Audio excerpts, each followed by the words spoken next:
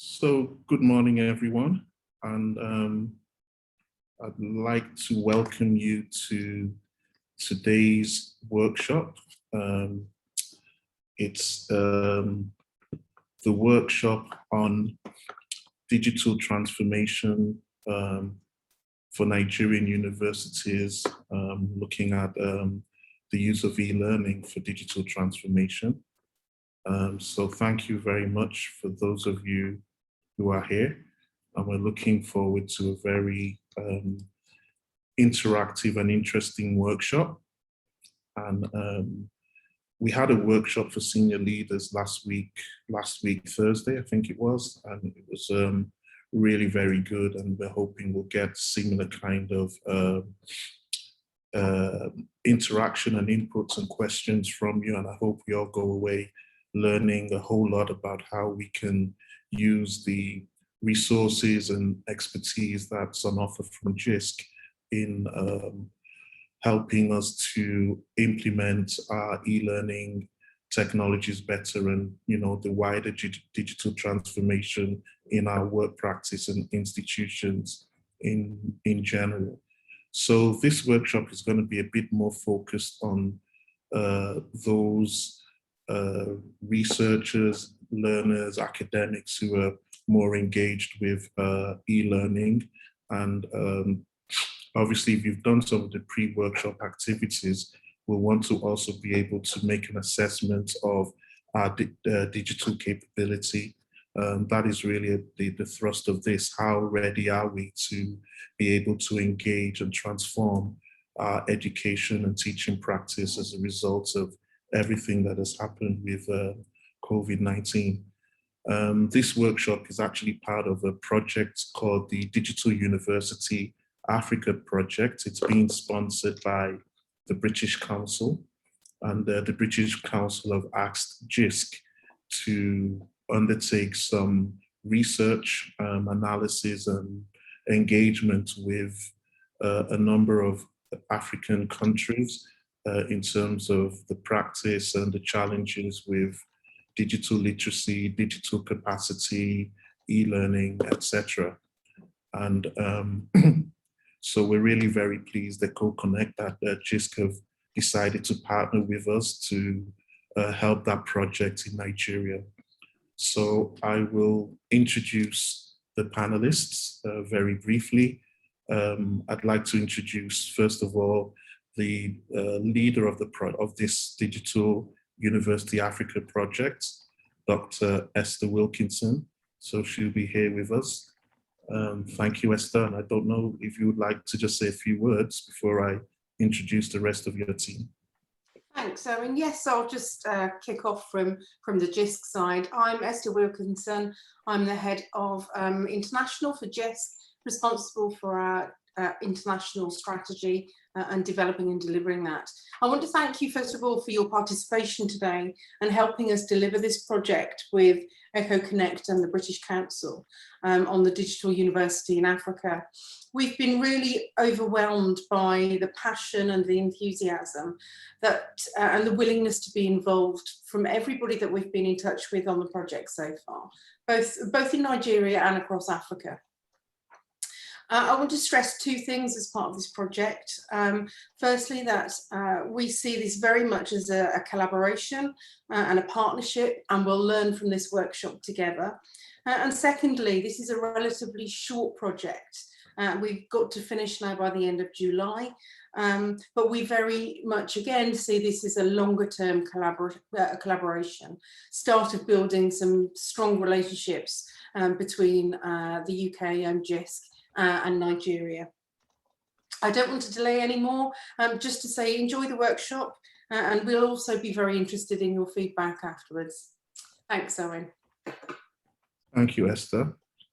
Right, and so I'll just go on with introducing some of the other panelists, and I will like to share my screen as well. Sarah, if you don't mind. I'll share it in a moment, but I just needed to see who was here among the Jisc panelists. Okay, Paul Bailey is here, and I think Paul is part of the wider project. I think they'll be doing some analysis and helping with some of the reporting that will be done. So I think Paul just gave a wave to everyone. Thank you for being here, Paul. But I will now sort of actually introduce our facilitators in a moment. Let me just get my screen up as well.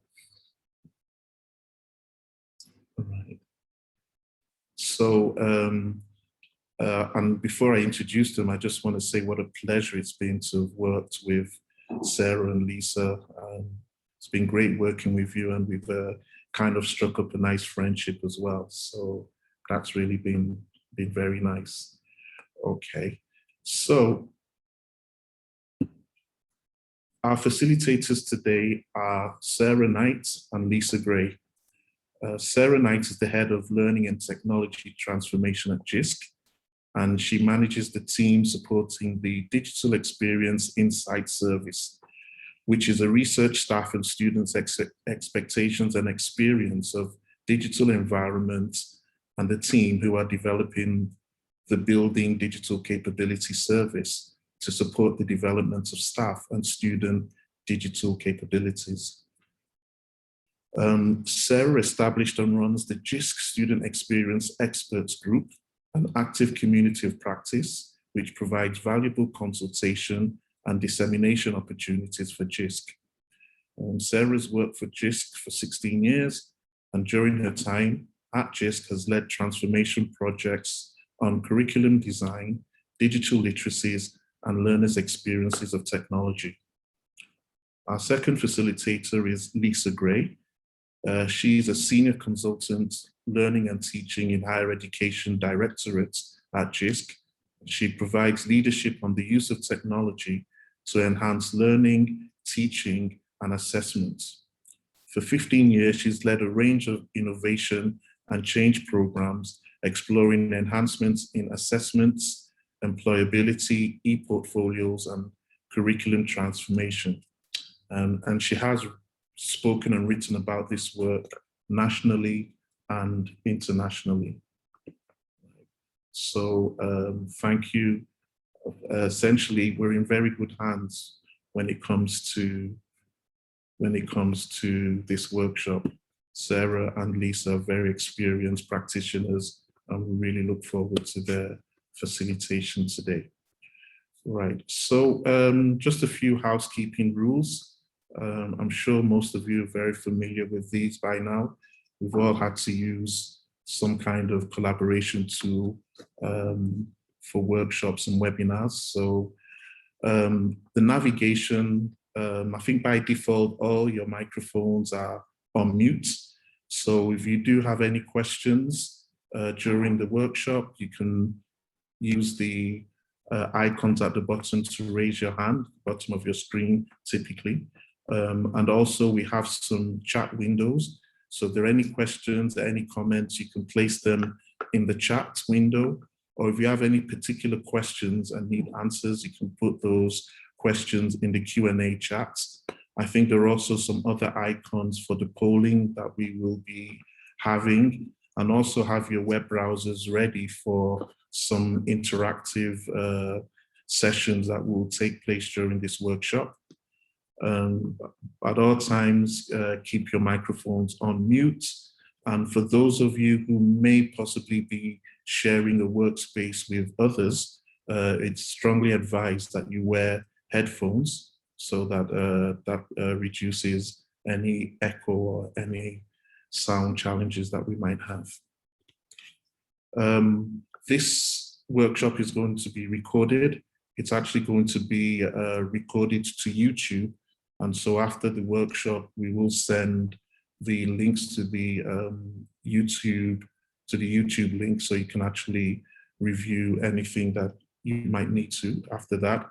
And we'll also be sending you some more information in terms of a survey to just give us your feedback about the workshops and maybe some other information that we might want from you post-workshop.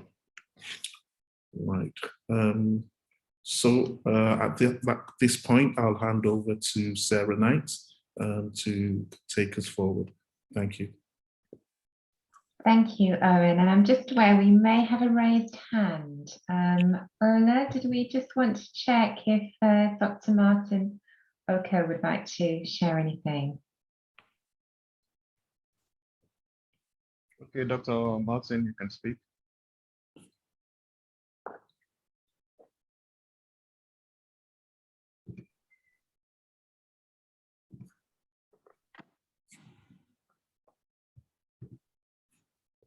We can't seem to hear you, sir.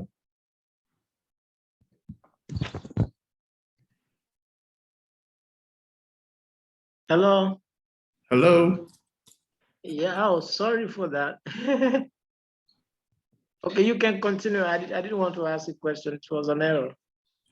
Okay, so if you lower your hand, and if you do have any questions while the facilitators are speaking, you can raise your hand or alternatively put your questions in the chat sessions, in the chat windows, I beg your pardon. Thank you, and thank you, Owen, for that very warm introduction. And as Esther said, it's a great pleasure to be here with you today. We're delighted to have the opportunity of working on this project with Eko-Konnect and to understand the context, the challenges, and the work that you are doing within your universities within Nigeria. I'm just going to start off with a very brief introduction, and then we will start to get into the aims of today, which will be about sharing some resources, discussing practice, and looking at ways in which we can support and drive forward the agenda in relation to supporting the development of digital skills of our staff and students. So we're very much hoping that from today, you will be able to take away some valuable resources, some useful insights that you can then apply to your own practice. And importantly, as Esther said, that this is part of an ongoing dialogue and ongoing relationship that we have with you all. So just a slide there, bringing back the points that Esther was raising and Owen were raising in the project itself, and delighted to be working with the British Council and yourselves on this. And the area that we are going to be focusing on today is very much looking at supporting discussions around digital literacy, looking at how we can support staff with the development of their digital skills for working in what we know has been a very challenging situation over the last year, and how we can ensure that the practice that we've learned from that in terms of the shift towards digital can be maintained and can be enhanced. So there is another strand that is working around policy and strategy, and we have one of our colleagues, Dr. Laurie Phipps, who has been interviewing yourselves and senior leaders in Nigeria to gather that policy and strategy context that this project will also feed into. So our aims for today are very much to share an understanding around what we mean around digital capabilities. And we know that everyone has a slightly different definition of what it means to be digitally capable in our roles, depending on the subject, depending on the context that we're working within. And today is about trying to broaden out those definitions, to think of it in a more holistic way in relation to learning and teaching, and the skills that our students are going to be needing in terms of working in a workplace that is going to be very heavily digital in the years ahead. Look at the challenges and identify what's working well, to be able to share approaches, to hear from yourself what is working well, how are you supporting your staff and students, but also to share some of the resources that we have been using in working with our UK universities. To give you an opportunity, as Owen said, to assess your own digital confidence and skills, and looking at ways in which we can provide support and resources to help you take that journey forward. And importantly for us as well, is looking at recommendations that we can feed back to the British Council for further work and further support and collaboration in this area. We are doing a parallel set of workshops with South Africa, and together the project will feed back on the outcomes from this work.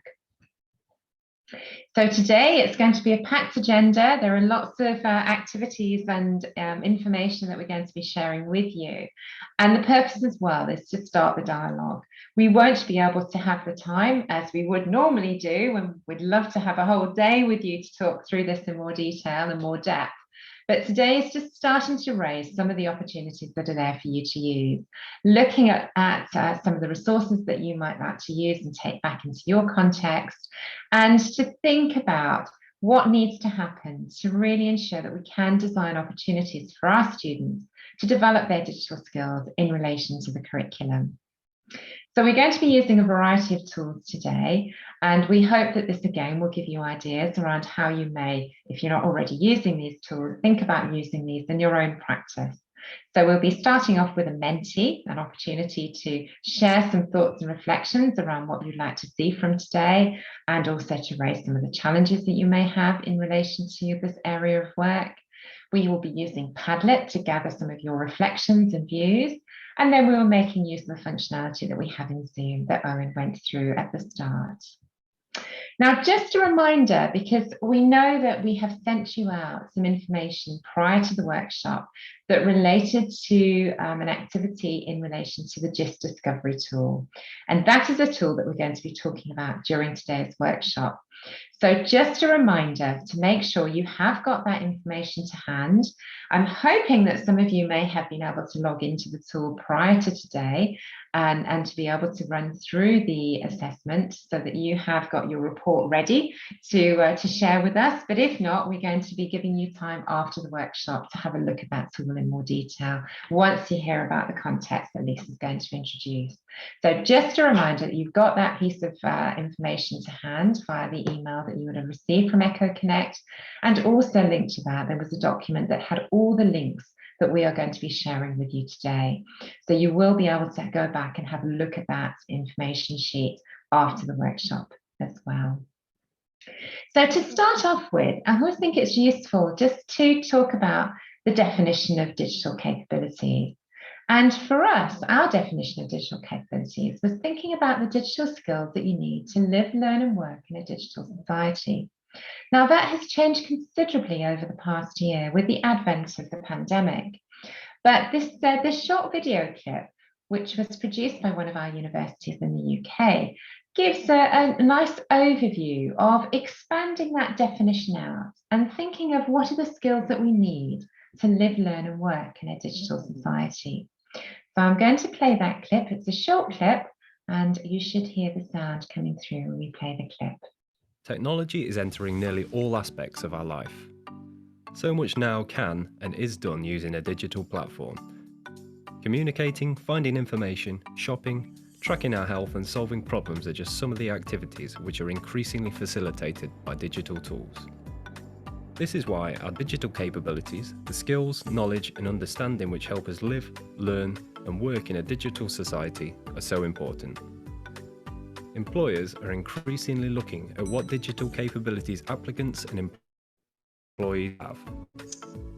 Skills in creating documents, presentations, spreadsheets, and communicating via email and social media are areas which are important to most organisations. They want people to use technologies to access information, be creative, innovative, solve problems, communicate, participate, learn, and support others in digital spaces. As technology is constantly changing, it's a really good idea to reflect on our own digital capabilities. We should make time to develop those skills that we might not be as confident with, or that we are likely to use more of in the future. We may be able to easily operate a smartphone or find the answers to most questions, but can we assess the reliability of the information we find? We might be able to communicate across different platforms, but can we choose the most appropriate communication for the task at hand? Can we manage our digital identity so it reflects us in the way that we want? And can we manage the time we spend interacting with technology? Thinking about how we develop our digital capabilities will help us become better prepared for an increasingly digital world. Take some time to explore digital capabilities and work out what you already do well and what you may need to develop for the future.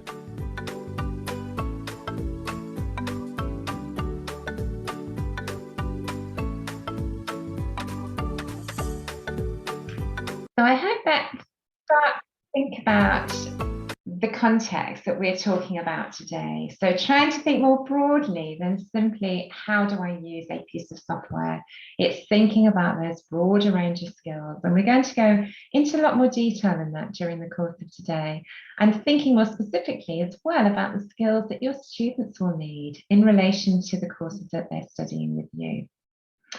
Now, to get some interaction going and to start to get your views into today, which are really important to us, we've set up a Menti. Now, if you're able to access a browser window and type in www.menti.com, we'll put the link and the code into the chat window now, so you've got that as well. And if you enter the code 3050-9157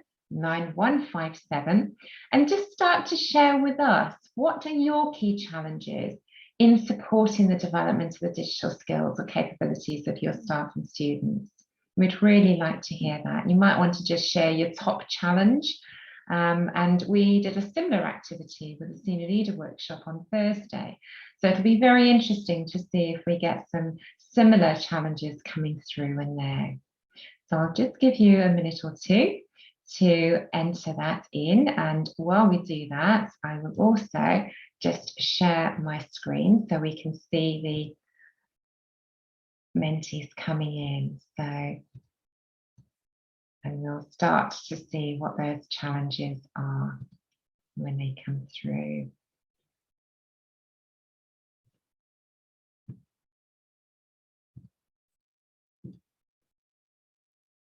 So what are the challenges in supporting the digital capabilities of your staff and students?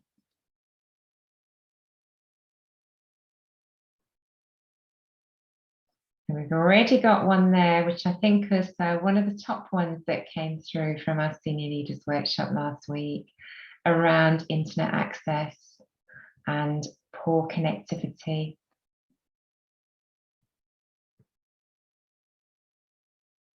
Ability of staff and students to use online tools, yes. I think with the range of different tools that now we're expecting our staff and students to access, there also has to be the ability to support staff with the training of them. Curriculum design, that's one we are going to be touching on during the course of today, and looking and sharing some, hopefully some useful resources and some free resources that you may be able to access to support you with that. Any others that we want to pick up on there? Yes, I know we've also, thank you as well. Please do feel free to put that in the chat as well if you don't want to use, if you're not able to access the Menti. So please do continue to populate that. It's really helpful for us to start feeding back these issues. This is very much important information that we'll be able to share back through the write-up of the report that we'll be doing for the British Council. And certainly the conversations we had last week, I think, Owen, were again picking up these as priorities that Eko-Konnect will also be looking at and supporting you going forward. Right, I'm going to stop sharing my screen, but please do continue to share those in the chat window. And I'm just going to go back now to my slides and go back to where I was on my screen. And just skip down to where we were.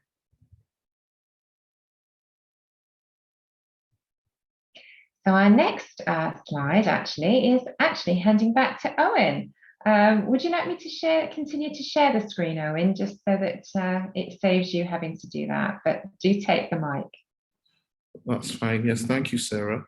Well, just to touch on the Nigerian context, you know, as we all know, the pandemic heightened the need for, you know, digital skills. That's been typically expressed as the need for you know, universities to adopt online learning a whole lot more or e-learning. But as Sarah and Lisa have been explaining to us, it goes beyond just, you know, dealing with e-learning.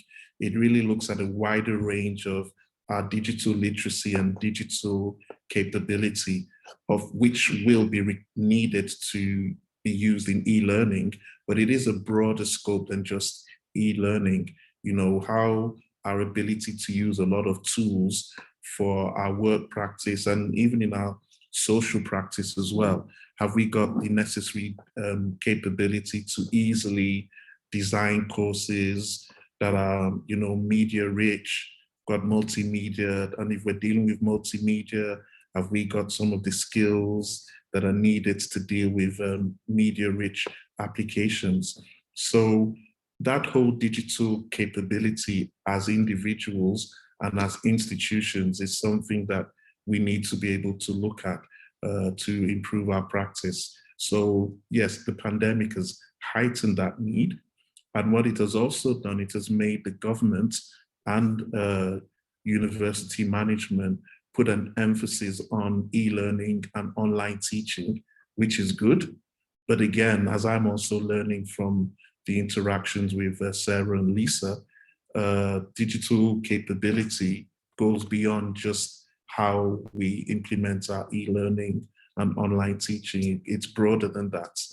But what we are seeing is that the government through NUC, TEDFund, Federal Ministry of Education, are putting a policy emphasis on the drive for use of digital platforms, digital tools to improve our practice. And academic staff are being mandated to move their courses online, and researchers are being asked to deliver their research outputs, scholarly outputs into repositories and publishing platforms. These are things that they may not typically have done in the past. And many students, especially those with limited access to laptops and the internet, they too need to develop their digital skills to effectively benefit from the use of learning management systems and other digital platforms, and to be able to really absorb everything that you as staff are giving to them through these new digital channels. So one of the things as well that has come about or become more aware of is the fact that sometimes in that whole hierarchy, we are overlooking the ability of the students to deal with the whole change in technology. There's an assumption that students are pretty much capable of dealing with these new tools and platforms. And it's quite possible that that is not the case. So I think there does need to be more engagement by practitioners to actually ascertain just how digitally equipped students are as well. So from a Nigerian context, these are some of the things that I just wanted to highlight. And if you agree or have other things you'd like to add to what I've said, you can please add them in the chat or raise your hand for comment. Thank you, Sarah. Thank you, Owen. That's really helpful to set and to frame the context for today. And just following on from that, I think, you know, we've mentioned some of the challenges that you have in Nigeria, and I'll, you know, briefly share some of the challenges that we have in the UK as well around staff confidence and the engagement of students and supporting students. For those of you that are not aware, we are an organisation called Jisc, as Esther mentioned in her introduction, and we're very much there to work with our universities and also our further education sector to support their use of technology. And we do that in a number of different ways in terms of providing the underpinning infrastructure as an NREN, looking at ways in which we can support universities and colleges to use technology more effectively through services and that we provide through advice and guidance, and also supporting the development of new tools. So some similarities to the role of Eko-Konnect, and hence some of the resources that we are sharing with you today. So moving on from that and just thinking about the wider digital capability agenda, and just to share with you some of the quotes on this slide in relation to the wider sort of global context around digital capability and digital skills. And we are certainly aware that the landscape is changing considerably across the world. And COVID obviously has resulted in that becoming a very rapid transition into digital. We know that employers are looking for much broader skills than simply the knowledge that university graduates will take from them from their degree. They're looking at those softer skills, those life skills, those abilities to work collaboratively in an online environment. And that employability skills are absolutely key to being a successful graduate in a digital workplace. But we know equally in the UK that there is still a large skills gap. We know from some of those stats on there that there is that expectation there that students will leave university and go into the workplace with the required set of skills. But we know that that is simply not the case. Much more work needs to be done to sort of narrow that gap. I thought I'd share with you this quote from Brad Smith, Microsoft president, who issued this last year in the midst of the global pandemic crisis. And the expectation, I think, that through COVID, there will be a significant change in the way that the workplace is seen to run, with over 149 million new technology-orientated jobs, and looking at how digital will change every corner of the global workforce, from food production to healthcare to the automotive industry. So that just gives some idea of the scale of change that we are all having to deal with, and the ways in which our universities are impacted in trying to ensure that their students are also gathering the required skills that they need to move into the workplace. Now, Owen, you mentioned the importance of engaging students and to have a better understanding around their needs and expectations and their skill set. And that has equally been true in the UK. We have been running surveys since 2016 with our university students to gather their experiences and expectations of using technology. And very interesting to see how that sort of data set and those trends of data have changed since 2016 to this year's surveys, which have just closed, where we've gathered nearly 40,000 UK university students who have fed back their current experiences on using online learning, because the majority of learning that's taken place over the past academic year for our higher education students has been online. So a very different experience to what students were previously expecting. And with that transition to online, we're seeing there that from a snapshot of data we took from October to December last year, that only 42% of those students said they had received guidance around the digital skills that they needed for their course. And only 25% agreed the university had provided them with a chance to assess their digital skills. So we have still got a long way to go in the UK to ensure that students are well supported and can develop their skills to be able to be an effective online learner. As we are knowing with the work that we are doing just today, it's very different experience to learning online than it is to sitting in a lecture hall, in a classroom, and having that face-to-face interaction. There is a lot more skill, and the emphasis on how we design interaction and interactivity with our students is a lot harder to do in an online environment if we are not used to working in that way. This quote here is from a PVC of Education at the University of Bristol. And Tansy said in this quote that she was recognising the move, and this is still the debate we're having in the UK at the moment, in terms from September, when our new academic year starts again. Do we go back to how things were previously? Do we have all face-to-face teaching? We know that that's probably not going to be an option, because the social distancing and the requirements around COVID are still going to require limited numbers on campus, the need to still have the online teaching happening. And Tansy's quote here is saying that actually we don't want to return to normal. We want to actually embrace the ways that technology can support our learning, can enhance our students' experiences.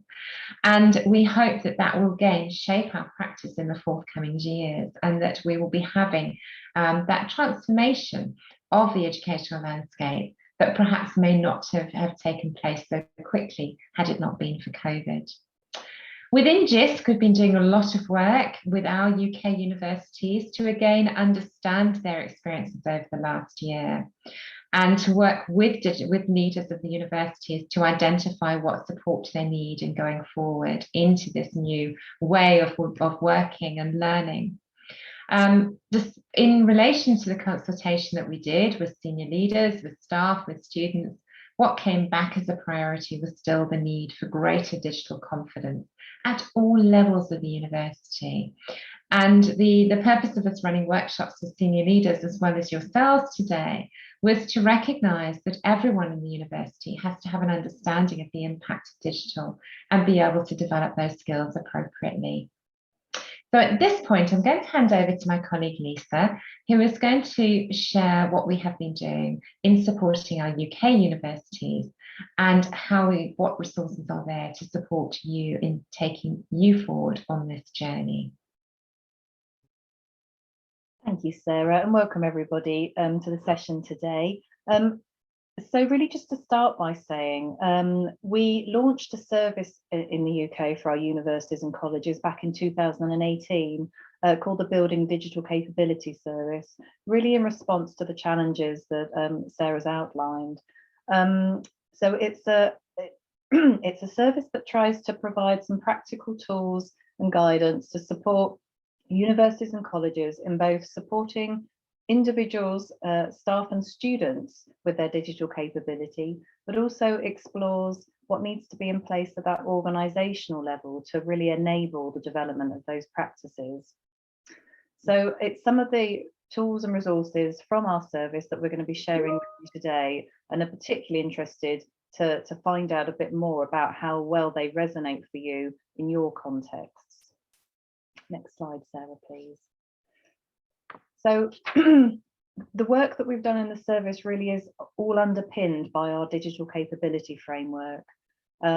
It's being developed over the last 10 years of research with our universities and colleges, and really aim to provide a common language for how we talked about digital capabilities. Because I think if you asked any individual, they would have a very different definition of what digital capability means to them.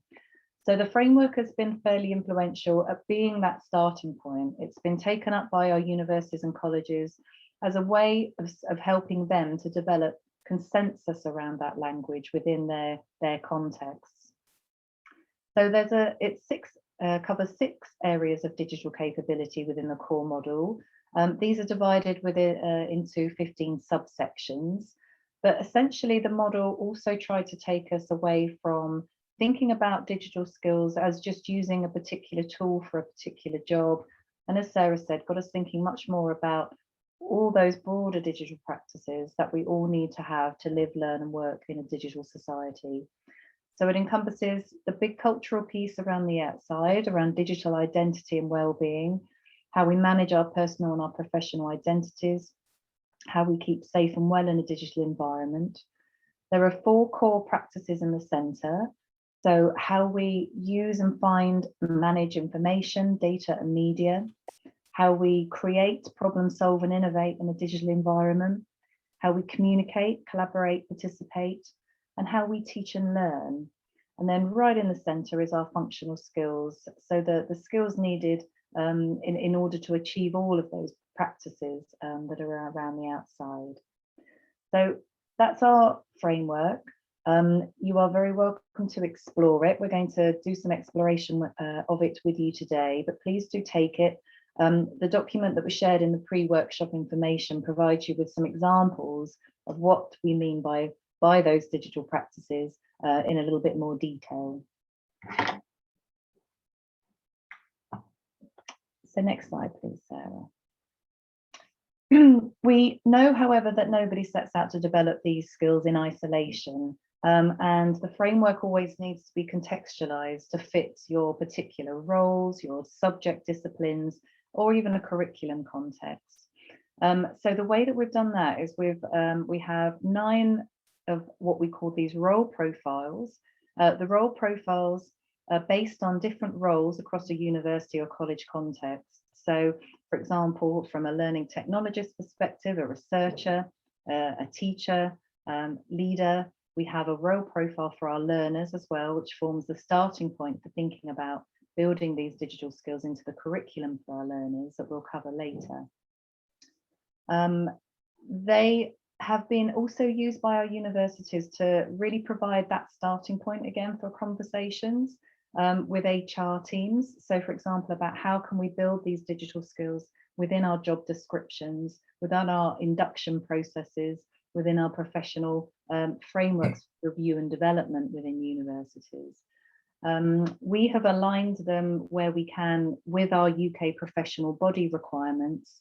So, for example, our higher education teacher profile is mapped back to our UK professional framework for higher education staff, just to ensure that those digital skills aren't seen in isolation from the broader professional development requirements of staff. But we're going to have a little look in a bit more detail at these role profiles in a moment. But just to say that they can be used in a variety of ways, just to inform conversations, for example, about minimum expectations around digital capabilities for different staff roles, to have an analysis in a team environment to see where the gaps might be. But important to say that they're definitely not there to say that everyone has to have all of these skills. And that applies to everything we've done within the service. They're really there as prompts to inform your conversations and to provide a starting point for thinking about where those skills might be. Next slide, please, Sarah. So we wanted to now just provide a little bit of time for you to explore in a little bit more detail your own capabilities and in relation to your roles and your subjects within your university contexts. So in the pre-workshop information, we would have just mentioned the resources and asked you to select one of our role profiles that best fits your role to explore in a bit more detail. So as I've mentioned, these role profiles enable you to reflect on the digital capabilities you have and those that you might require. They reflect emerging trends and needs around skill development. They can be used by you to inform a review of your own development needs, but also in a team context, just to review those collective skills that you might have with colleagues to ensure that there aren't any gaps within that team context. And by human resources professionals to make sure that these capabilities are considered as part of job descriptions. So we're going to ask you now just to choose one of those role profiles that we would have mentioned in our pre-workshop information. I think for this workshop, it's likely that that will be either our teacher profile, if you're an academic member of staff, our learning technology profile, if you're an instructional designer or have a similar role, and we also have one for library and information professional staff as well. So please take a little bit of time to have a look at one of those role profiles. We can pop a link into the chat box just to remind you of where they are if you haven't got one to hand, and use our Padlet that we've set up just to record the priority skills that you see are going to be absolutely critical in your roles moving forward. Now, these might be from a range of activities. It might be that you're increasingly recognizing the need to review and analyze data in order to explore and support your learners as they progress through your courses. It might be that you're working and managing with digital teams at the moment in an online environment, and that's a priority for you. It might be that you have a role to work with your teaching staff to help them develop learning resources. So just have an explore across all of those capability areas that we've mentioned, from well-being to information management to communicating and participating online, and just to highlight a few of those skills that you think are going to be critical for you in your roles. And that hopefully will provide just a chance for you to explore the profile and see what it is and what it can do, as well as just provide a little bit of feedback to us and to all the participants about where you see the priorities going forwards. So Sarah, if we can share the Padlet, that would be wonderful. While we're actually looking at the Padlets, I do want to just sort of ask participants if they could make some comments or raise their hands. I noticed Lisa's been talking about the different profiles like learning technologists and e-learning support personnel. I'd like to ask, do your institutions have these kind of roles actually within your institutions? Do you have specialists that are responsible for technology enhanced learning or supporting you with your e-learning capabilities? Or do you just rely primarily on the ICT team? I'd really be interested to get some comments from lecturers or ICT personnel about these kind of roles that are specific towards support of technology and capability, digital capability.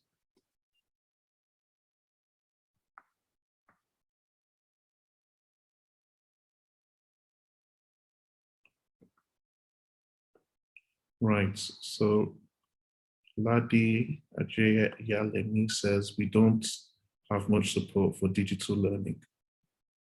So some raised hands, Ola, do you want to? Yes, hold the interest.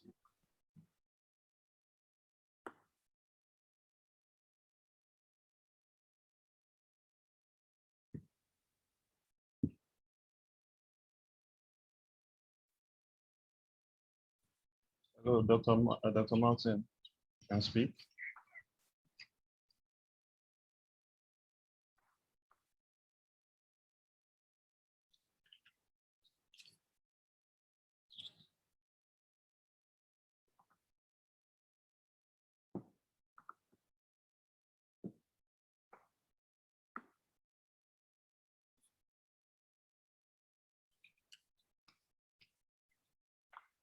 Is somebody trying to speak? Okay, Mr. Adewara Ademola, you can speak. Your hand is up. Can you hear me? Dr. Martin, yes, I think we can hear you. Yeah, I was saying that at the University of Lagos, that the ICT unit has been working hard, and several trainings were rolled out for lecturers at the University of Lagos, especially during the period. Of course, we are still in the period of COVID, but thank God that things are improving. Okay, so I'm saying here at the University of Lagos, training programs were rolled out for lecturers, and the ICT has remained relevant in actually supporting staff and somehow even students in ensuring that they are ICT compliant and that the digital skills of staff, academic staff, particularly, and the students, the skill is being enhanced. So, and over time, we have continued to learn and to improve, on the use of ICT in delivering our lectures and actually, also in our research activities and even in community services. So I think University of Lagos is doing well, and the support level has been on the increase, and it's quite encouraging. And I think a number of staff can actually attest to this fact that University of Lagos is actually doing well. At the Distant Learning Institute, training upon training, and staff are learning day by day, and their skills, are being enhanced, and people are also looking forward, to actually helping others. And so even those that are highly skilled, want from time to time, they help others, and I think we are making progress. Thank you very much. Thank you, Dr. Martin. All right, Yeah. I think there are a couple of other hands raised, so we can keep your comments brief because of time. Ola, who's next? Okay, Adewara Ademola, you can speak. We also have Ugochukwu Ugoma.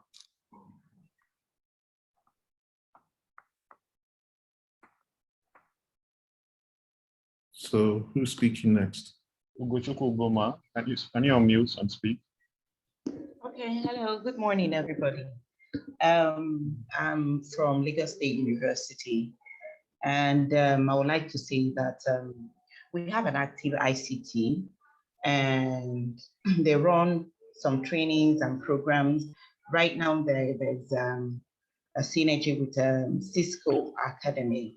But then where I find the challenge, in fact, during the COVID, we had a learning management platform where we submitted our lectures and all that, but there was a question of intellectual property. And after a while, I didn't think that was handled properly, and it just, dwindled. Then we started face-to-face lectures, and I don't know what has become of it. But where I see a gap really is that the trainings the ICT holds is it has cost implications. But then I wouldn't know how many people will go out of the way to pay for these things. But where this kind of digital capabilities and digital enlightenment comes in handy, where these things are, passed through faculties, go undergoing training, because it is something that is needed. We are researchers. We need to have visualizations. We need to know how to present most of the works that we do. So I think it's something that really needs to be addressed, and how to, we don't need to create a framework that, permits down the line. Thank you. I don't want to take a lot of time. Thank you. And so there are no more hands up, so we can continue. Okay, Samuel Fadekwe. Yeah. You can speak now. Good morning. Here in LASU,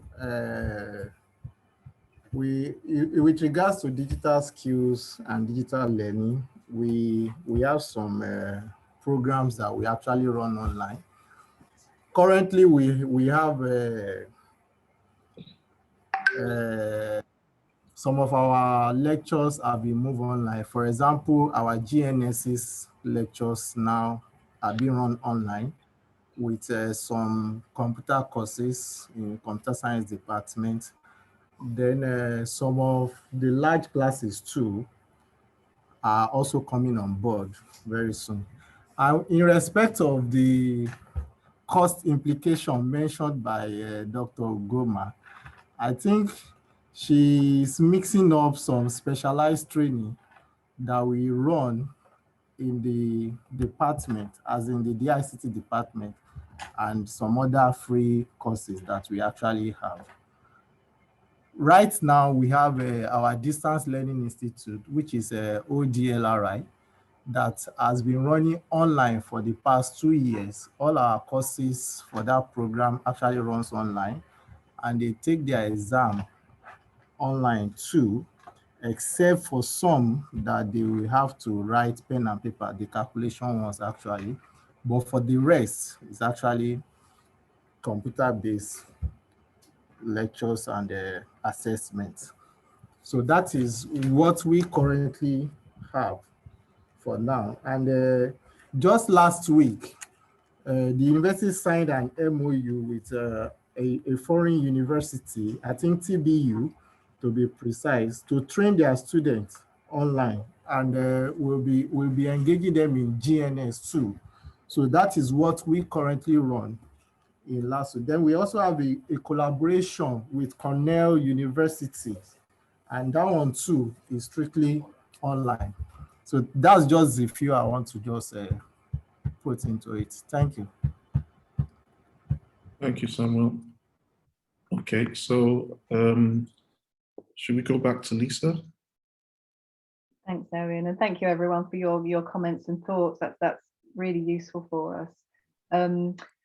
Please do continue to add to the Padlet. You can either just like the sections that you feel are the key skill areas for you, or please do add some examples in underneath each of those as well. That's going to be really beneficial. But I think on balance, it did feel like there was a recognition that skills were essential across the entire framework, which is good because it means that the framework is meaning something to you. So just to continue our discussions really about how we can support your own individual reflections on your digital capabilities. We, as part of our service, have a discovery tool. You would have received information just beforehand, as Sarah said, in order to log into the tool before the workshop. If you haven't, that doesn't matter, please do so after the workshop. We have made the tool available to you until the end of June. So you have a while to explore it. So essentially the discovery tool really wanted to enable staff and students to be able to reflect on their starting points with their digital capability in relation to all of the areas of capability that we have within our framework. So it's been designed very much as a developmental, reflective, supportive tool for individual staff and students to stop, think and reflect on where they're at with their capability, but also their confidence around those areas of capability. And it provides you with some useful next steps and links to some resources that might help to develop further. We're working with around 88 universities and colleges in the UK who are using the tool to support their staff and students. But for the context of this workshop, it's available for you to use as an individual tool just to see if you find it a useful process for your own reflections. Next slide, please, Sarah. So the discovery tool itself can work for staff or students. You have access to our staff dashboard, where we've created a number of question sets.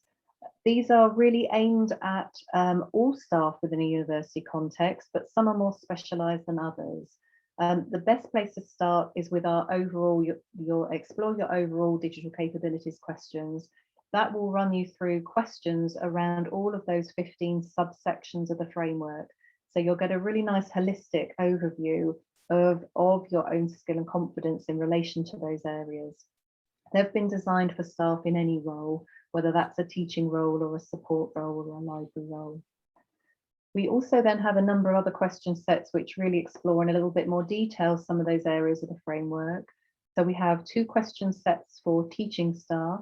One you may want to explore is the effective online teaching questions, which really run through a whole series of activities that we know from the research demonstrates a good online learning experience for our students. So even by running through the questions, it's providing you with some examples of how these things can be done to be most effective. We also have a question set for library staff, which focuses specifically on their roles, and also a shorter question set for teaching staff, which looks at the role of digital in all aspects of your teaching, and one that focuses on one core topic around accessibility and inclusion, ensuring that learning and teaching happens in the most accessible and inclusive way. So you are very welcome to run through any of those question sets that you feel are relevant to you in your roles. We'd recommend the explore your overall digital capabilities if you just want to have a look at one of those. Next slide, please. So all of our question sets have 2 question types, so you'll know what to expect when you go to the question sets. The first is an activity question, which will just ask you, when doing these sorts of activities, which of the following can or do you do? And you select one or more or none of those. And then there's a confidence question where you just move the slider bar to say how confident you're feeling in that particular area of capability. And please do physically move the bar because it'll think you haven't answered the question if you don't move it. So just move that slider bar to say where you're feeling in terms of your own confidence. And it's the scores from both of these questions that will then provide you with a report. The report is personal to you. No one else will see that unless you choose to share it with them. It provides you with a nice overall visualization of your strengths and your areas for development. So it also highlights the areas of capability that you already have that you might not even be aware of. And then you can run through the report, and there's a section for each of the areas of capability that have been asked about in the questions themselves. And it will give you a little explanation of what that means, where you're at in terms of your levels, so developing capable or proficient, a series of next steps that we have tailored to that particular level. So suggestions of things that you might be able to do to help you move forwards with your digital capability. And then a carousel of resources per section. And they're just examples of freely available resources that we've hand selected from our curated resource bank to be relevant to you in helping you move forwards. And once you've read the report, you can select an option to request to get a digital badge to say that you've completed that question set. So you can return to your reports at any point. They'll be sitting on your dashboard. There's a little icon on the left-hand side that will say report. Go back to that, but do make sure that you saved your report by the 30th of June if you'd like to continue to have access to it. So the main way that you would access resources is through running through the questions, getting your reports, and then accessing the resources that you feel are relevant to you. But you can also browse the entire resource collection. So the resource bank, again, a little icon on the left-hand dashboard menu bar, and you'll be able to access all of the resources. You can browse them by question set. So you can, for example, just have a look at all of the resources that we highlight that are relevant to teaching staff or for library staff. And there are also some publisher collections within here. So we've been working with publishers such as Microsoft and Google to make sure that we have also surfaced their resources to support staff and students within the tool. So you'll see those publisher collections just a little bit lower down in the resource bank. So we'd like to suggest after the workshop to log into the discovery tool, explore, complete the overall, explore your overall digital capabilities questions. Do read the report, reflect on the suggestions that are in there and how well these work within your context. I've mentioned please to save your report to a PDF document before the 30th of June. That will mean that you can continue to have access to that and use it. And just to highlight that it's a personal tool for you. There is some anonymized data, so we only see very high level aggregated data around those levels that will be shared with Eko-Konnect and with Jisc, and we'll just use that to inform our recommendations to the British Council as part of this project. So just to pause there really to see if we have any questions or reflections on the discovery tool. I do have a comment for everyone.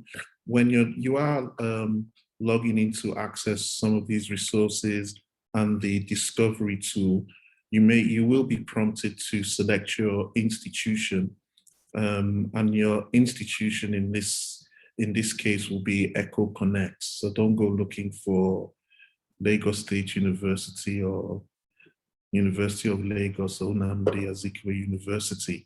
Eko-Konnect will be the institution that you would need to select as your institution. Thanks, Owen. And I have had a couple of emails through this morning and I've replied to you, but yes, please do select Eko-Konnect.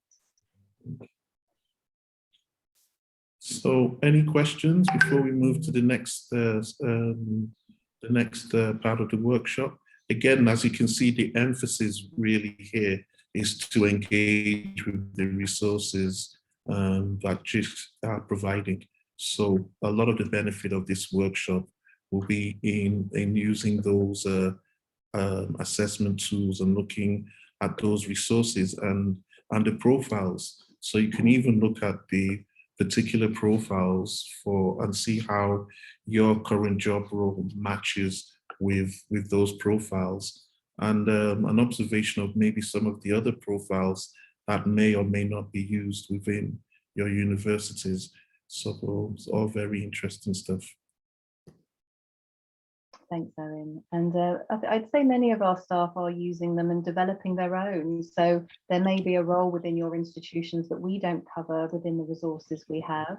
But you can use the template and the structure of those resources to consider some new profiles. A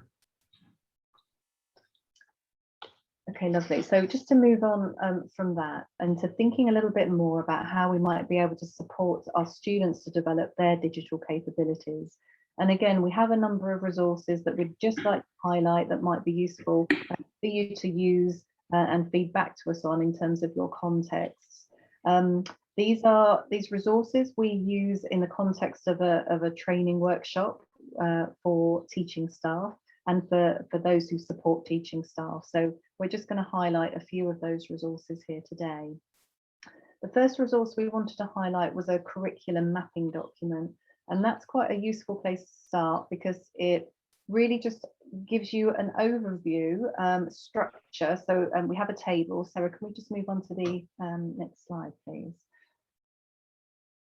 It's the overview document. It provides a structured way of looking through all of the areas of capability in our framework and provides prompts for curriculum teams to consider and assess how their courses of study will prepare learners for the capabilities and practices that we've been talking about within the framework. So again, it's just a tool that can be used in a team context to provide a little bit of structure around thinking about how digital capabilities are already supported within a course of study. So we've provided the link in the chat there for you to explore after the workshop. But I'll just share with you there just a little bit more detail about what it enables you to do. So again, sort of color coded to all the areas of the framework that we've mentioned, from the functional skills to the information data media literacies, the communication skills, digital identity. It will then just prompt you for some curriculum conversations. So for example, around data literacy, it might be that we want to ensure that our students are able to find, analyze and use digital data in subject-based ways and with attention to the ethics of data use in relation to that subject data. So the table will ask you to consider, how do learners do this in your program, course or session, and how will they gain practice and feedback on doing that? And it might be that on reflection, this isn't a conversation that you've had before about specifically highlighting where these digital capabilities are considered in that curriculum. Or it might be that they're already embedded, but in ways that you haven't been able to articulate before. So the goal is that it just provides you with that overview of the state of play, of where things are at, whilst also giving you some prompts to consider what sort of areas of capability you might want to be thinking about developing as part of your curriculum areas. So that's quite a high level tool. The next we have then is around considering the sorts of tools and technologies that you might want to use to develop, again, those different areas of capability. So this document really just provides you, again, with that run through of the 15 elements of capability in the framework, what that area would mean from a student perspective. So all of these resources are really taking those prompts from our learner profile. The learner profile is the document that provides examples of the sorts of capabilities our students might need. And then these documents just provide a little bit more detail about what that looks like, and then prompts you to think of, in this case, the sorts of technologies that you might be wanting to share with your students or encouraging them to use in order to develop those capabilities. So there's a couple of examples there. One is just around collaborating in a digital environment and thinking about using some tools such as the shared productivity tools, maybe shared calendars, project management tools and applications, and other sharing tools such as wikis, shared blogs and websites. So again, just a tool that helps to support your own thinking about what sort of activities we might want to embed within our student curricula and the sorts of technologies that might enable that. And thirdly, we wanted to start then to get a little bit more granular. So what sort of activities might we be able to embed within our curriculum? So we've designed a series of digital activity cards. And again, they're really useful for you in a conversational context with a team of course staff. And basically every activity card has a suggested activity. It will highlight which area of the framework it would enable. And on the back, there are some further considerations. So they're really quite practical tools to say, well, actually, we know that data literacy is going to be increasingly important for our students, and it will provide some examples of the sorts of activities that you might be able to embed within your own curricula. One example around developing, say, problem-solving skills might be an activity where you work with employers to identify a real-world problem for students to solve, that they work collaboratively in teams using digital sharing tools to enable them to solve those real-world problems in a digital environment. And that's developing a whole range of skills from collaboration, productivity, etc. So again, very practical tools that we hope that you'll be able to stop, think and reflect on, and support those conversations about what do we want our graduates to look like in a digital environment? Can we define some learning outcomes that are specific to digital capability, that we can then consider some activities and embedding those activities within the course sessions themselves? So I hope that's given you a few food for thought. I'm going to hand back to Sarah to pick up on some additional resources that might support you around the blended and online learning design aspects.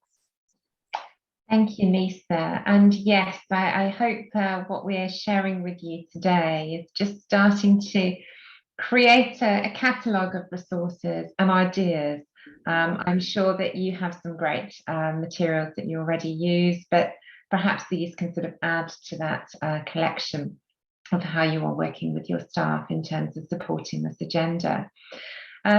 In our previous workshop that we did last week with senior leaders, there was an appetite there for support around curriculum design and learning design, and the recognition that it's not just a case of replicating what we do face-to-face in the online environment, that there does need to be that consideration of the learning design, the assessment design, the ways in which students are going to be able to interact with their lecturers, but also with each other, and to enable them to have opportunities for collaborating online.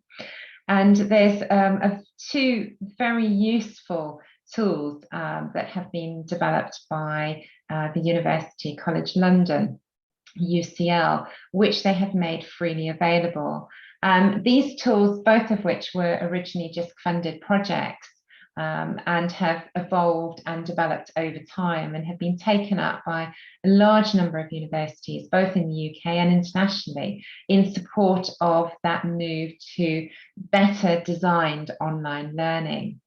The first there is a tool called the Learning Designer, and that is a tool that staff can use to develop their lesson and their learning designs, and has some exemplar templates and looks at the different ways in which you can structure your learning for your students. It's developed by Dana Laurillard, who some of you may have heard about, the conversational framework that was a sort of a core underpinning pedagogical model that many universities and staff in universities have adopted as a way of considering the different learning activities that their students will be undertaking, and how that then relates to the online environment. So that is freely available for you to use and to share learning designs, and to have, as part of that tool, there is an international community of practice that then encourages the sharing of practice in relation to the use of that tool and how it is working with staff. And following on from that, the ABC learning design tool and model or approach has been used very effectively by course teams. And in 90 minutes, teaching teams work together to create a visual storyboard of their course. The storyboard is made up of pre-printed cards representing the type and sequence of learning activities, both online and offline, required to meet the module or program learning outcomes.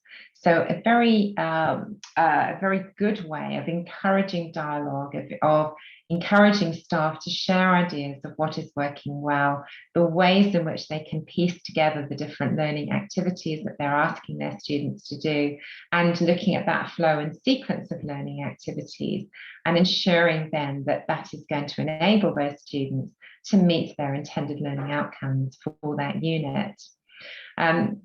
All the materials in relation to that learning design approach and that team approach are all available online for you to download, customize and use.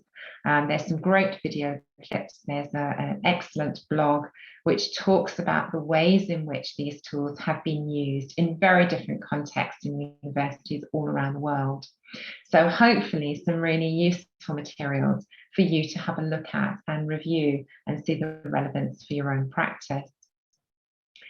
Following on from that, just worth raising the blended and online learning design course. Now, this again was developed by the team at the Institute of Education at the University College London with Dalla Laurillard, and conversational framework is sort of underpins a lot of the course. But it's a course certainly that Lisa and I have been on, many of our colleagues have been on, and it's an excellent course to talk through and to support staff with thinking about the pedagogical practice that's needed in relation to blending their delivery in the online environment. It talks about the ways in which you can use the various different tools and resources and your learning management systems. And of course, it's putting into practice what we say our students need to be doing by giving ourselves as staff the opportunity of learning in an online context and experiencing what that is like. There is a great opportunity for sharing of practice and a lot of learning that goes on between participants on the course. The course is free. It runs every 6 weeks. And there is a formal accreditation that's available from the Future Learn platform, which is the Open University, should you wish to go down that route. But otherwise, you're able to complete the various different weekly activities at your own pace, in your own time, and be able to access the wealth of resources that are contained within that course. So it's certainly something that many staff across the world have participated in today and have seen great benefits from doing so. Going back to the spin on digital capabilities in terms of the focus of the workshop today, some further resources that we've developed through our work with the framework as ways in which to engage staff and students to think about the digital capabilities that they need to develop. You may have heard of the game Trivial Pursuit, which has been customized and contextualized to many different environments and contexts to date. We decided to create our own. So we based our digital pursuits game, of which you can see an image on there, around our digital capability framework, hence the colors and the framework categories that go down on the side of that. We got some little Trivial Pursuit pies and pieces, and we've used this in a number of face-to-face workshops that we've been running, again, in the UK, but also across the world, and had some very interesting discussions where staff start to recognise and understand and contextualise what digital collaboration means to them in their subject context, or some of the best practice ideas that they want to share about keeping their digital identity safe online. So we've had some great dialogue and conversation and discussion when you start using this as a way to tease out staff's understanding around digital, their practice, and areas for development. So that is another resource that you can download. We've got the template on that web page there that you can download and print out and make your own versions of that game. Equally, one of our universities in the UK has developed DigiDice. So a little, again, paper-based dice that you can download the template for, and again, contextualized to our framework that you can use with staff and with students to encourage that dialogue and discussion around what it means to be digitally capable in your context.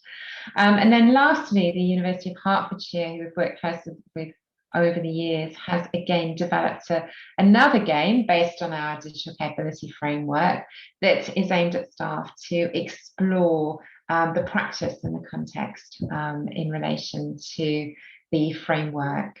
So hopefully again, some lighter activities there to encourage that dialogue and discussion with staff, and to really just start to encourage the take-up of those materials within your institution. So I thought I'd just sort of end off before I sort of open it up for some more dialogue and discussion. Just going back to the starting point in terms of what we have learned from our students in relation to their experiences of learning online over the past 6 months in the UK. And some of these points there, I think, are perhaps helpful indicators of where students are valuing the experience of learning online, but also sort of highlights some of the issues that they see from their perspective.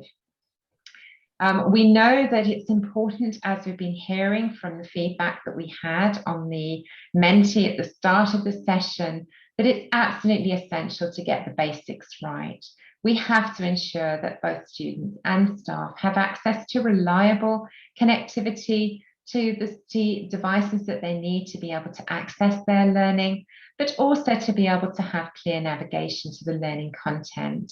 And even as we've just seen mentioned in the chat, to make sure that everyone can hear the audio correctly, that we have the right lighting so that students are able to see their lecturers and they're not sitting in front of a bright window where they can't see their faces.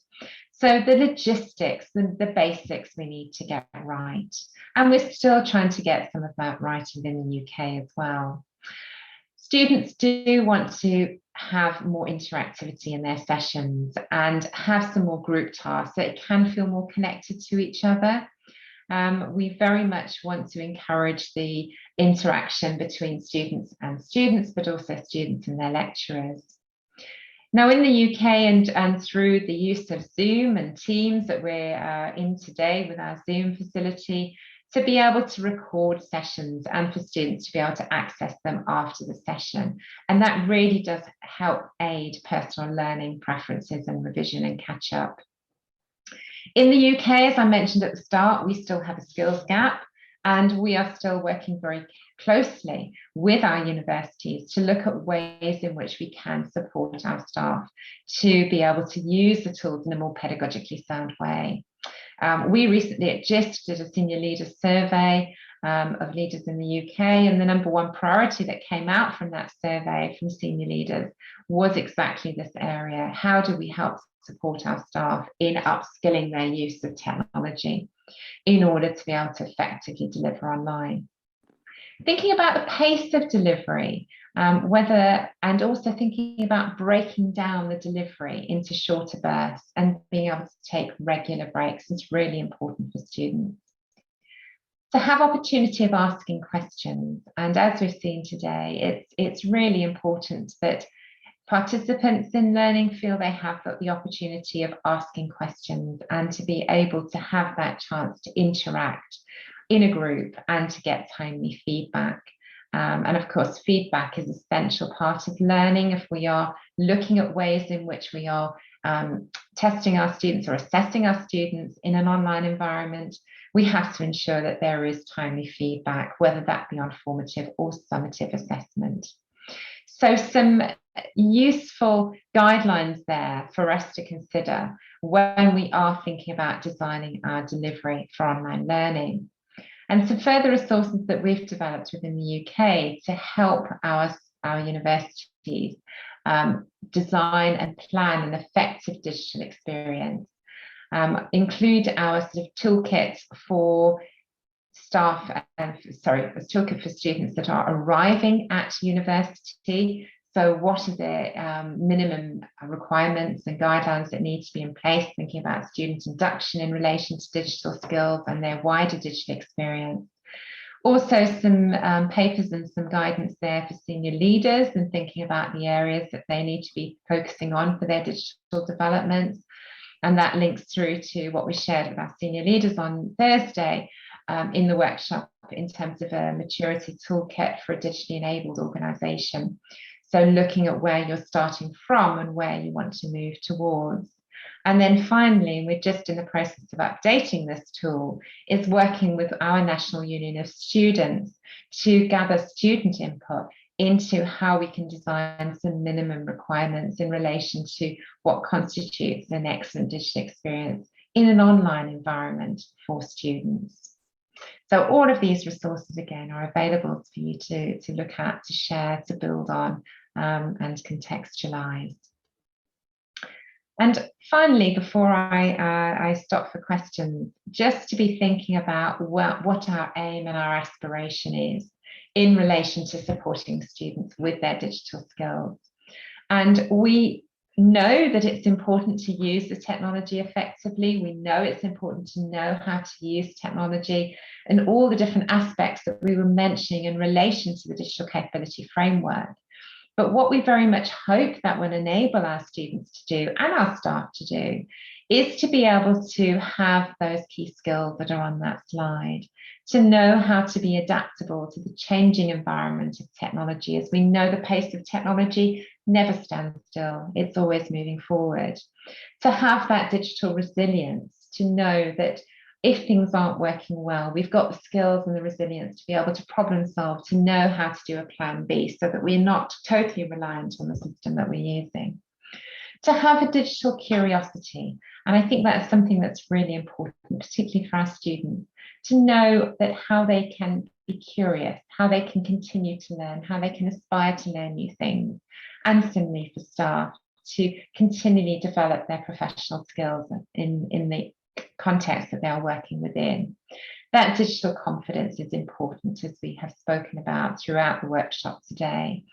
And in the UK, we're very much working in partnership with our students to co-design the digital environment and to have that collaborative partnership with employers as well, thinking about the workplace and the employability skills, to be able to ensure that our students leave our university with the skills that they need for the digital workplace. So at that point, I'm going to stop because I know that we have got quite a lot of questions that have come in the Q&A, and we may also have some hands up. So I will stop there and just perhaps leave those questions on screen. And we have got another Padlet as well that we can gather reflections and thoughts on, which is really important for informing our report that we write back to the British Council on in terms of further recommendations of work. So please do take the chance to share your thoughts with us, and we will gather the ideas, the reflections and the comments that you're making. So I'll hand back now, perhaps to Owen or to Ola, to pick up some of the questions that have come in. Thank you, Sarah. There are a couple of questions in the Q&A chats from Laddie, which maybe either you or Lisa could deal with. But before you do that, I did see a raised hand from Bestoyin Kareem.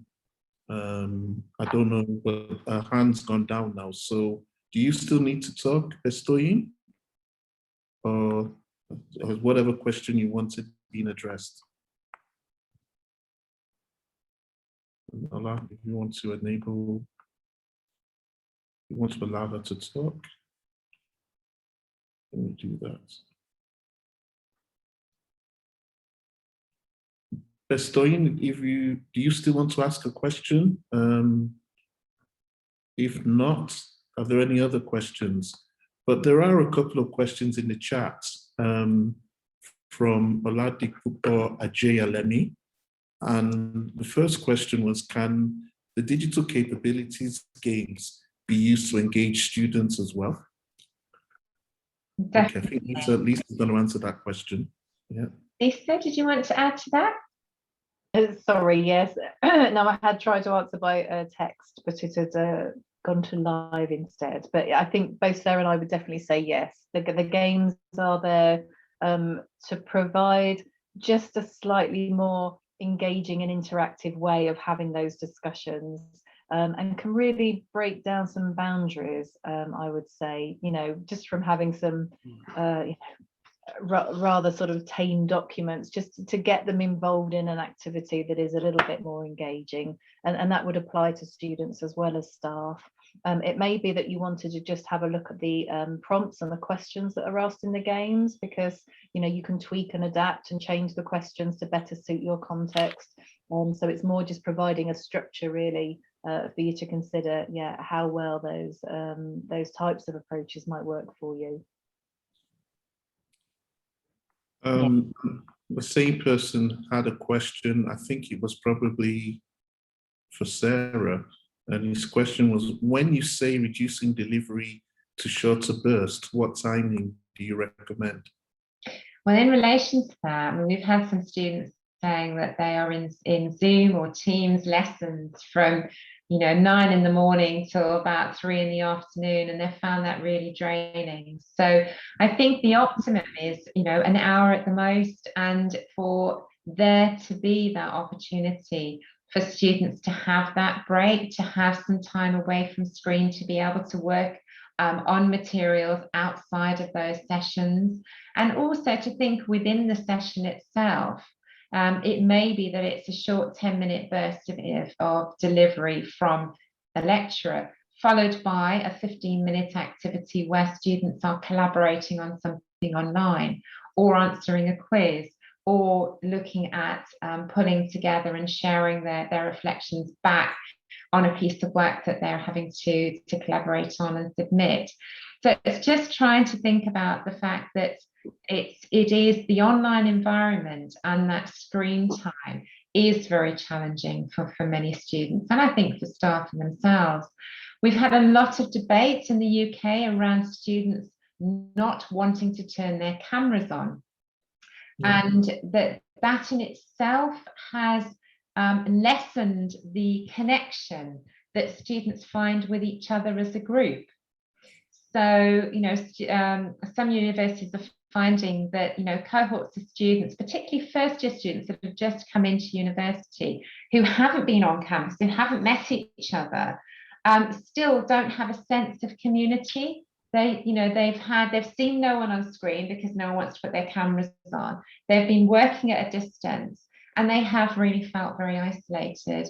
Now, we know that, again, a lot of students have resorted to their own types of ways of communicating with each other outside of the institutional platforms, like the WhatsApp groups, the different social media tools that they may be using. But it's trying to set the requirements and to be quite explicit about the expectations, and to get feedback from students as well around what they feel is going to help them. So I hope that helps answer that question. I think with the issue about the screens, I'm sure many of the participants will tell you that it's the reason for that kind of phenomenon in Nigeria would be down to the connectivity and the cost of connectivity.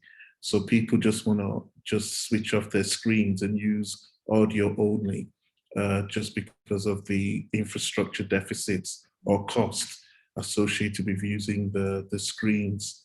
I still would want to get some feedback from the audience because of the areas you touched upon about blended and online learning, and some of the things to consider when delivering blended learning. So beyond the obvious infrastructural challenges, where we talk about students having access to Wi-Fi, well-lit screens, which again now speaks to the availability of electricity.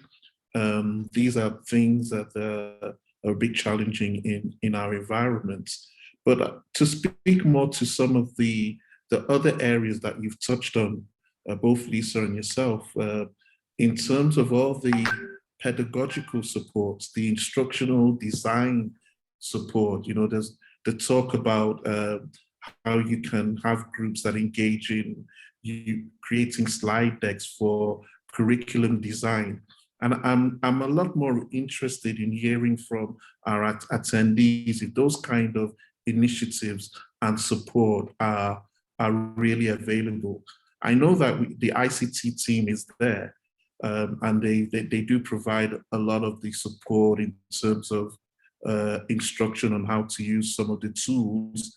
But again, is that pedagogical support available to staff, to staff in particular?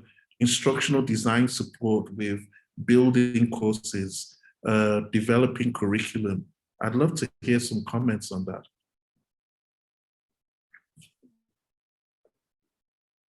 I think we have Bestoyin Karim. I think we have comments. You can speak now if you hear us. Bestoyin Karim. The question I wanted to ask have been asked by Dr. J. Alibi. So the speaker can continue to speak. Thank you. What was the question? No, I wanted to ask about the issues of powers, because if you look at it, our students have a lot of challenges, and within Nigeria, you can see that power generation is a lot of issue to us, and even bandwidth too. The Wi-Fi is not really effective. Maybe they're just limited, and I don't know how we are going to cope with this, and by going online and probably impact on the students. Yeah, that's a very big it's a very big question, and it was touched on in the leaders workshop.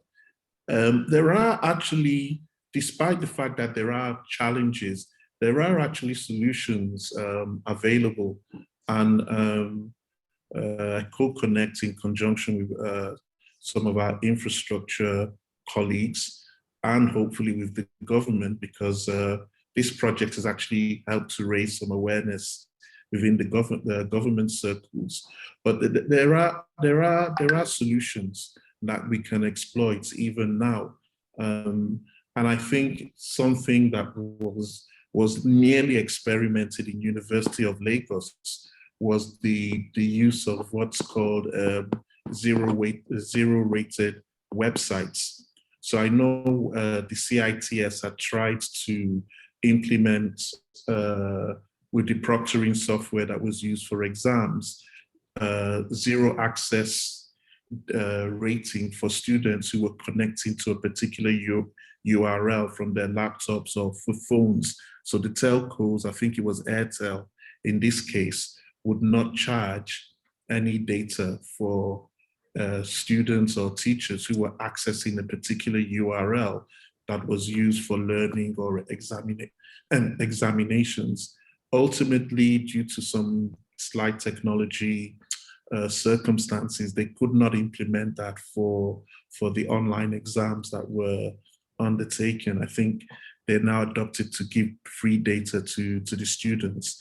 But that is a big possibility that we're hoping to be able to explore with lots of other stakeholders, where, for example, if UNILAG has an e-learning website, anybody who accesses that website within or outside the campus network will not be charged for it by the telcos. And in actual fact, it would actually, it's even a very interesting model that the telcos can look at in terms of even making revenue from providing a zero-rated service.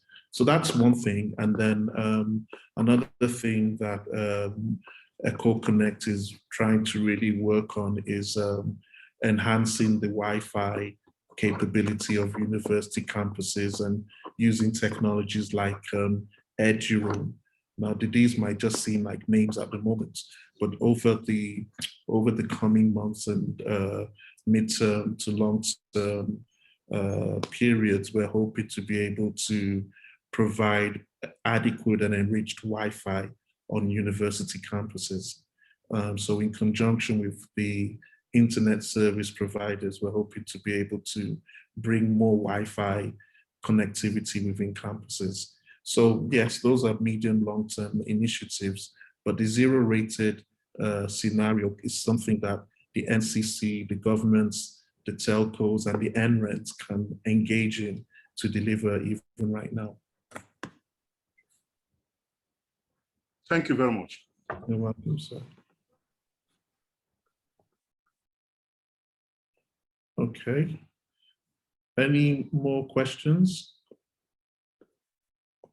I think a lot is coming through in the chat, Owen, as you've just been picking up on in relation to power, in relation to connectivity, data costs. Yes. Yeah. Okay. We know you're on that one. Yeah. Okay. Yeah, cost of data is enormous for staff and students. Yeah, that's from Obiageli. Okay. Yeah. So we know that. And again, you know, connectivity and infrastructure and access to devices are various are obvious ones. But I've not heard anyone comment on the questions I was asking about pedagogical support for delivery of e-learning, instructional design support for creation of courses. I'm not hearing anything about that. Is that all under control, or is the infrastructure challenge so big that we've not really given that so much thought? And again, I'm just curious as well as the Jisc team to know about that. So any comments about that?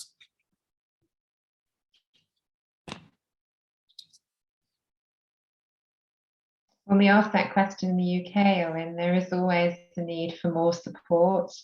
You know, staff always say they haven't necessarily got the time or the expertise to know how to do it themselves. They're very reliant on that instructional design team, that educational development team to really help them with the pedagogical practices, and also now adding in the appropriate sort of tools and technology for them to use. So we're still learning how to do that better in the UK. Well, okay, Ladi says there is available but limited support for content creation. And there's a raised hand, Ola Olubenga. Yes, Olubenga. Okay, hello, I hope you can hear me. Yes, we can hear you, yes. Okay, first of all, thank you very much for the workshop.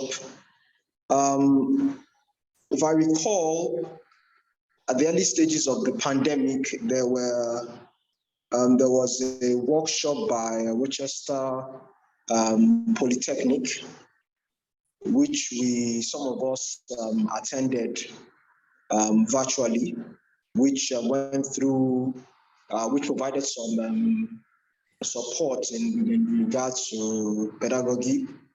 But when it comes to the institutional support, more emphasis is placed on getting your materials uploaded online and then conducting the lectures via Zoom or Google Meets, you know. So I think most people have had to rely on support outside the university framework to be able to meet the requirements for basic pedagogical needs of the students. Thank you for that. So, it's interesting. Okay.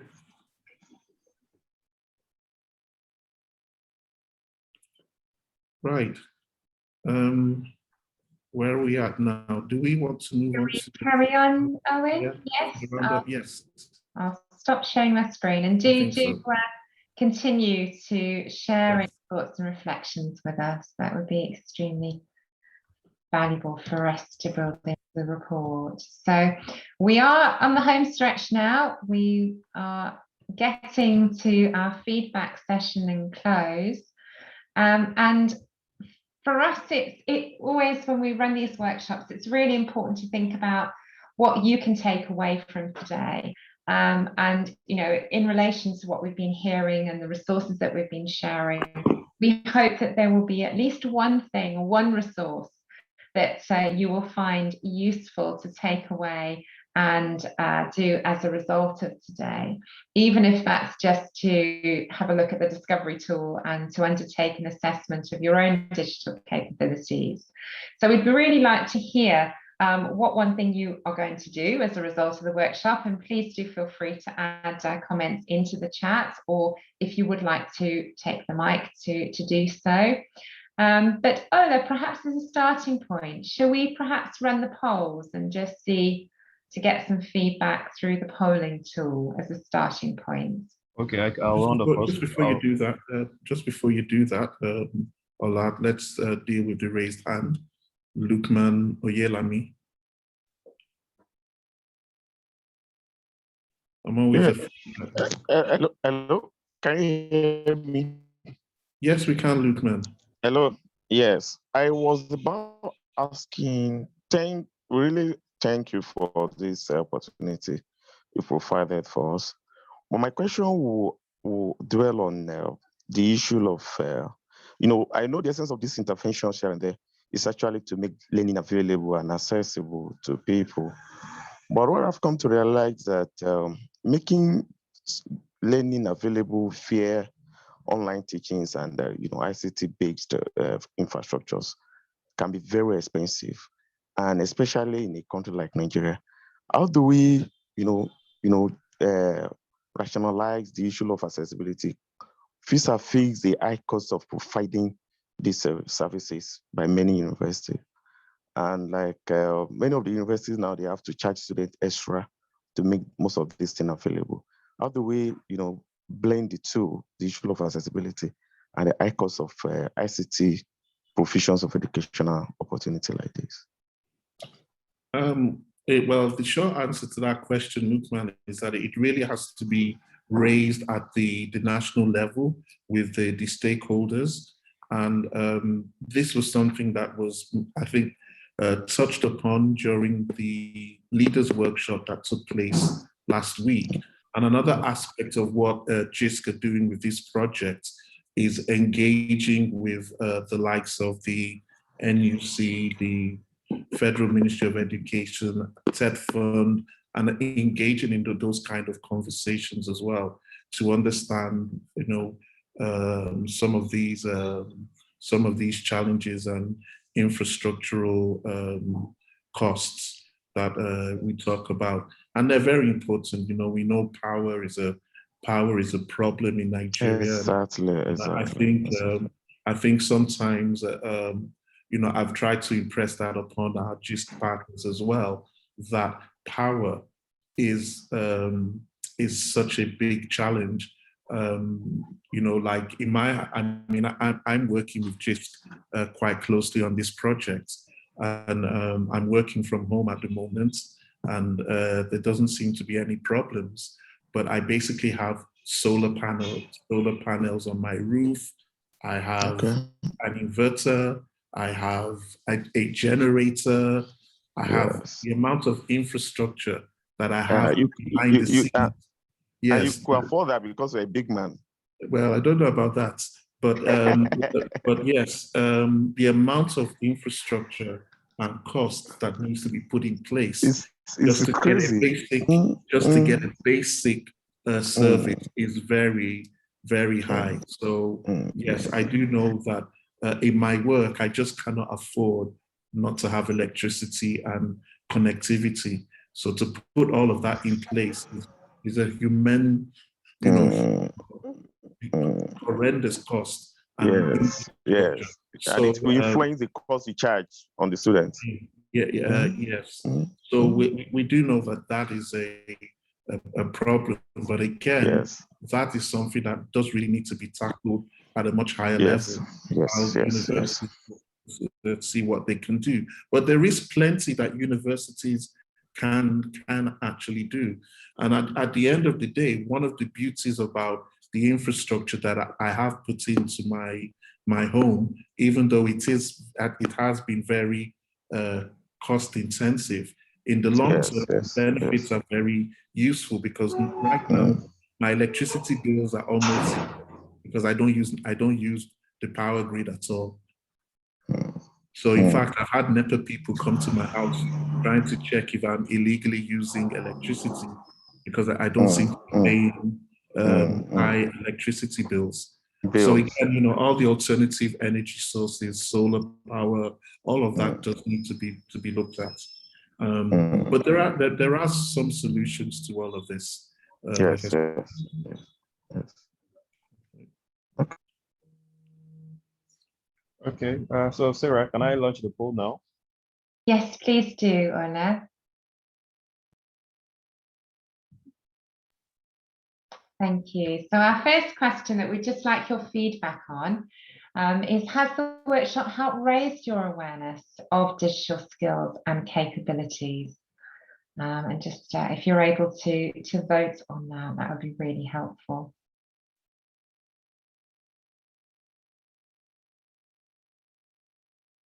We very much appreciate everyone's contributions today and what we know is a very busy Monday morning for you all.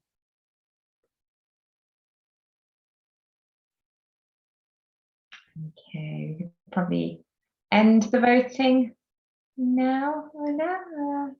One more. Okay. Thank you. And shall we launch the second one? Okay.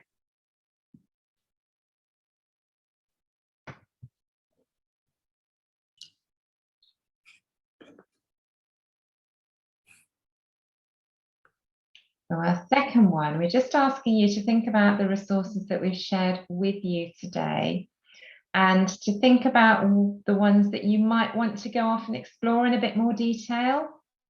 Are there any there that could be particularly useful in supporting you, with supporting your staff and students with developing their digital skills?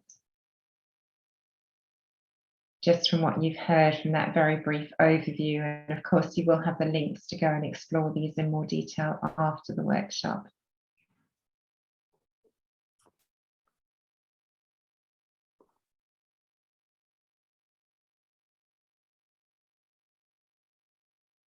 A few votes there for the framework for our discovery tool, the technology mapping, and resources there to support that blended learning design.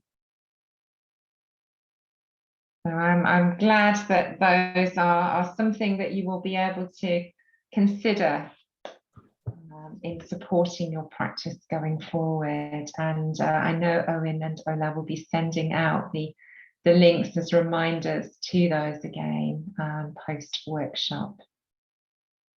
Brilliant. Thank you, Ola. Right, well, thank you very much for your feedback on that. And just to sort of finish off, really, it's just a reminder in terms of next steps. As Lisa said, it would be a great opportunity for you to have a look at the discovery tool and to think about using that in your context to assess your overall digital capability and to look at the other question sets there that may support your staff. You have got access to that to the 30th of June, so we hope that that will be useful, particularly in terms of thinking about the actions and the next steps. The curriculum materials, we will make sure that you have got the links to all those materials that we've been sharing with you today, so you're able to have a look at those and see which ones may be useful and relevant to your context. And importantly for us, please do take a minute just to complete the post-workshop survey. This is really important in terms of feeding into the recommendations to the British Council. We're very hopeful that the work that we do and on this project will feed into future collaborations and support. And this is our opportunity of really highlighting, feedback, what further support is needed into that report to the British Council. And we would welcome you joining our capabilities community of practice. That's an open mailing list with colleagues in the UK and across the world, where we are sharing materials and discussions around how we develop the digital capabilities of staff and students. Now I'm going to pause there because I don't know if we've got another hand up. I just thought I noticed, or any questions that have come in the chat. If not, I will hand back at this point, I think, to Owen. Thank you, Sarah, and thank you, Lisa, for a wonderful workshop. It's been very useful, even for Eko-Konnect as an NREN. There is a lot of stuff that we have learned and picked up that we know going forward would be very, very useful for our research and education community in Nigeria. I'm particularly interested in a lot of the profiles, roles that we have, and because we have all the different cadre of staff, from librarians to distance learning teachers, ICT staff. It's just been wonderful to look at the kind of roles and profiles that have been developed. And again, that's just my personal preference. There's just been so much resource that you've made available to us. And I think it can just help all the practitioners available in this workshop today to enrich and understand their capabilities, where they can improve, how they can better their practice. And it's been so useful. So thank you very much, Sarah and Lisa, for the time to develop this workshop, you know, the effort and intellectual capacity and property that's gone into developing these workshops, and of course the availability of these resources to us. We thank you very much. And of course, for the rest of the Jisc team, we just say thank you so much. Thank you, Esther, for putting all the links in the chat and for leading this project. We're really appreciative of this, and we thank you very much. And finally, thank you, a big thanks to all the attendees. I know it's very difficult to attend a workshop on a Monday, but you've managed to do that. We will be following up with getting you to basically use the resources and all the tools to provide feedback. We hope to get that done over the next few weeks. But thank you very much, and I hope you find this useful for wider thinking about how we tackle this big challenge that we face with digital transformation. We all have the challenge, we all have to skill up, we all have to look at how we can better perform our work and, you know, provide impact. So I just want to thank you for being here. There are links to, obviously you probably know how to contact Eko-Konnect, but there's also Jisc as well. You can contact them all, and we, you know, are looking forward to more engagement with Jisc moving forward. So we just believe that this will be the start of so many greater things to be done. As you can see, there's a lot that we need, there's a lot that needs to be done. So we're really looking forward to collaborating and working with Jisc in the very near future. So thank you very much. And Esther, I can hear you typing some thanks, but again, I'd probably leave the last word to you to just give us a verbal thank you or comments, please. Yeah, thanks, Owen. I think that's all that remains for me to say, really, is just thank you again, everyone, for your participation. There's been some interesting questions and comments. Some have been similar to the first workshop with the leaders that we ran last week, and some obviously very different. So again, we're learning from all of this together as well. And as I said in the chat, we hope to build this up into a much longer term relationship. Thank you very much. So thank you everyone for this workshop and coming, and look forward to engaging with all of you very soon, and wish all of you a great day ahead. Thank you very much.